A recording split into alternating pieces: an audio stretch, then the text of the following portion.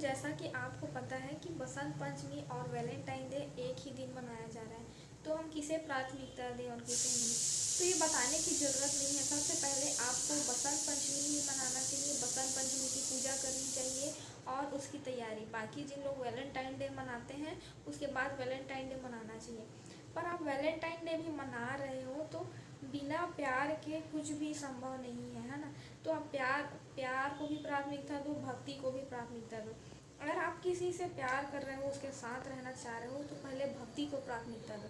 आप पहले पूजा करो, जो भी आपको करना है वो करो, उसके बाद आप जाओ वैलेंटाइन डे मनाने के लिए बाहर। बिना पूजा किए आप इस दिन बाहर मत जाएं। और ख़ास करके अगर आप एक स्टूडेंट हैं तो आपको बसंत पंचमी की पूजा ज़रूर करनी चाहिए।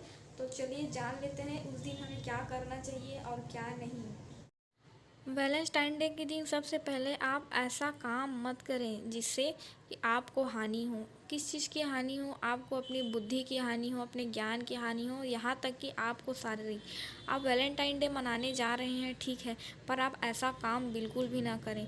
और दूसरी बड़ी बात, आप स्टूडेंट हैं तो आप पूजा बिल्कुल भी करें ही इस दिन, क्योंकि बसंत पंचमी है और बसंत पंचमी छात्रों के लिए बहुत ही महत्वपूर्ण होता है। आप घर से बाहर निकलें तो इस दिन मांस मदिरा का सेवन बिल्कुल भी ना करें बसंत पंचमी के दिन, चाहे वो वैलेंटाइन डे हो या कोई भी डे। आप वैलेंटाइन डे मनाने के लिए रूम वगैरह में बिल्कुल भी नहीं जाएं, बल्कि आप वैलेंटाइन डे किसी खुली जगह में मनाएं, क्योंकि वैलेंटाइन डे के लिए साथ रहना मायने रखता है, ना कि आप किसी के साथ प्राइवेट रूम में रह रहे हो। ऐसा काम आप इस दिन बिल्कुल भी ना करें, क्योंकि इस दिन बसंत पंचमी है। दूसरी बड़ी बात दोस्तों, आज की दुनिया में आप देख रहे हो कि ये सब बस एक टाइम पास बन गया है। तो आप इस दिन अपने रिलेशन को एकदम स्ट्रॉन्ग बनाएं, क्योंकि ये दिन बसंत पंचमी का है। ये दिन आपका भविष्य निर्धारण करता है, क्योंकि जो आप बसंत पंचमी के दिन करते हो वैसा ही पूरा साल भर आपका चलता है। ऐसा हमारे सनातन धर्म में खास विद्यार्थियों के लिए, स्टूडेंट्स के लिए माना जाता है। तो आप इस बात का बिल्कुल भी ध्यान रखें। मैं आपको कुछ मना नहीं कर रही हूँ, पर आप खुद समझदार हैं कि आपको क्या करना है और किन चीज़ों से और किन लोगों से बच कर के रहना है।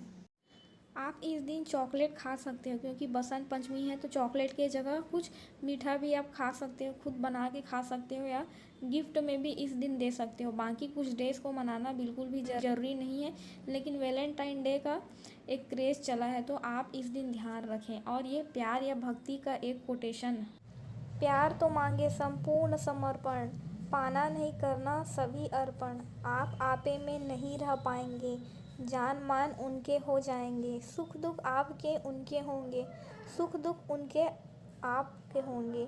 उनके बिना ना आप जिएंगे, आपके बिना ना वह जिएंगे। प्यार ये कहलाएगा अगर प्रीतम है प्राणी, अगर है वो ईश्वर तो ये कहलाएगी भक्ति।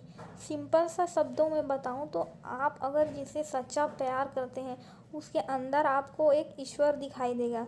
उसकी आप पूजा अपने अंतरात्मा से करने लगेंगे, आप उसके में खो जाएंगे। और अगर ये सब आपके साथ नहीं हो रहा है तो आपका जो लव लाइफ है वो एक टाइम पास है, क्योंकि जो खुद को आप में समर्पित नहीं कर रहे हैं और अगर आप भी किसी और के में खुद को समर्पित नहीं कर रहे हैं तो ये कहीं से प्यार नहीं हो जाएगा, ये एक टाइम पास है। तो आप ऐसे लोगों के लाइफ में मत रहना, ना खुद को रखना। तो इस दिन आप बसंत पंचमी ही मनाइए। ये सभी बातें मैंने कही जो आपको जाननी ज़रूरी थी।